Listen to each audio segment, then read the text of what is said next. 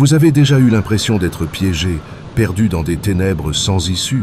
Aujourd'hui, on cherche des solutions partout, mais on oublie souvent une approche essentielle qui a traversé des siècles et transformé des vies. La méthode que je vais vous partager n'est pas dans les livres de psychologie moderne, ni dans les manuels de développement personnel. Elle est cachée dans des paroles de sagesse millénaire. Ce que je vais vous révéler aujourd'hui pourrait bien changer votre manière de voir la dépression, et peut-être même votre vie entière. Commençons par comprendre un point crucial.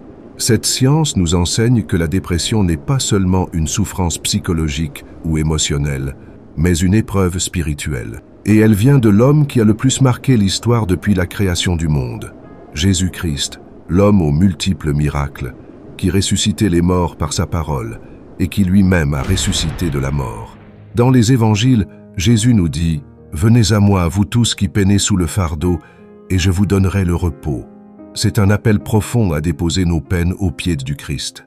Les saints, connus eux aussi pour leurs incroyables miracles, grâce à leur cheminement spirituel à travers les enseignements de l'Église catholique, nombreux ont beaucoup souffert. Par exemple, Saint Jean de la Croix parlait de la nuit obscure de l'âme, cette période de grande souffrance où l'on a l'impression d'être dans les ténèbres, sans lumière pour avancer. Mais cette nuit est aussi un chemin de purification qui nous prépare à une transformation spirituelle profonde. La foi catholique invite chacun de nous à voir la dépression sous un autre angle, comme une étape, douloureuse certes, mais qui peut nous conduire vers une plus grande lumière.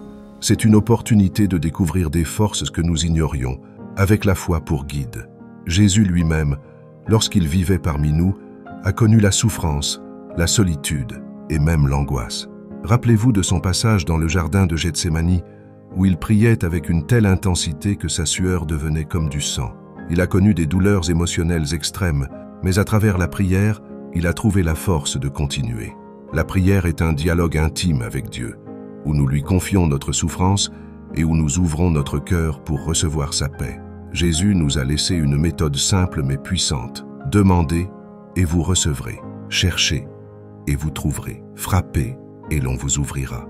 Quand nous prions, nous ne sommes plus seuls dans notre combat.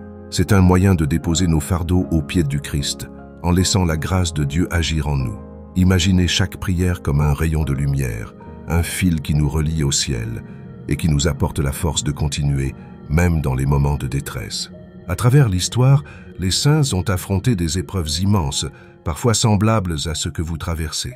Sainte Thérèse de Lisieux, par exemple, a connu des périodes de profonde tristesse et de solitude, mais elle a trouvé la paix en se remettant totalement entre les mains de Dieu. Elle disait « Je ne suis qu'une petite fleur, mais Dieu m'aime ». Cette confiance inébranlable, même dans l'adversité, est un modèle pour chacun de nous. Saint Padre Pio, qui portait les stigmates de la Passion du Christ, a vécu de grandes souffrances et des périodes de découragement. Pourtant, il répétait souvent « Priez, espérez et ne vous inquiétez pas ». Ces saints sont la preuve vivante que, même dans les épreuves les plus sombres, la foi peut nous donner une force incroyable pour aller de l'avant. La foi catholique offre également des moyens très concrets pour trouver la paix, les sacrements. La confession, par exemple, est bien plus qu'une simple démarche de repentance. Elle nous permet de libérer notre cœur des poids accumulés, des erreurs passées et de recevoir le pardon.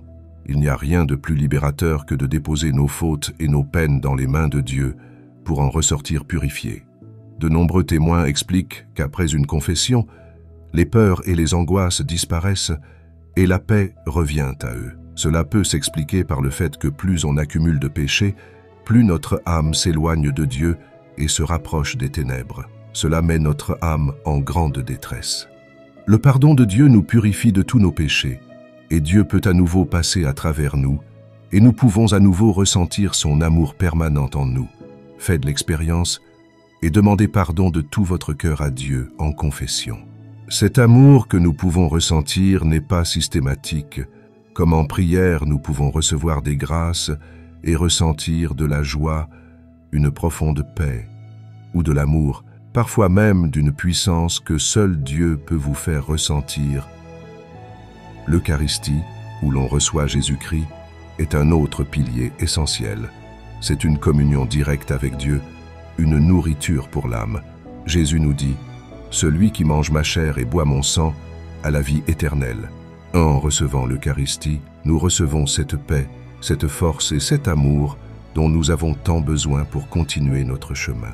Vous voyez, la dépression peut sembler une bataille insurmontable, mais elle n'est pas une condamnation. La foi catholique nous montre que, même dans les ténèbres, il y a une lumière, et cette lumière, c'est le Christ. Si vous vous sentez submergé, souvenez-vous de cette parole. Ne crains pas, car je suis avec toi. Ne promène pas des regards inquiets, car je suis ton Dieu. Avant de terminer, j'aimerais vous laisser avec une dernière pensée. Cette méthode que la foi catholique nous offre est accessible à tous.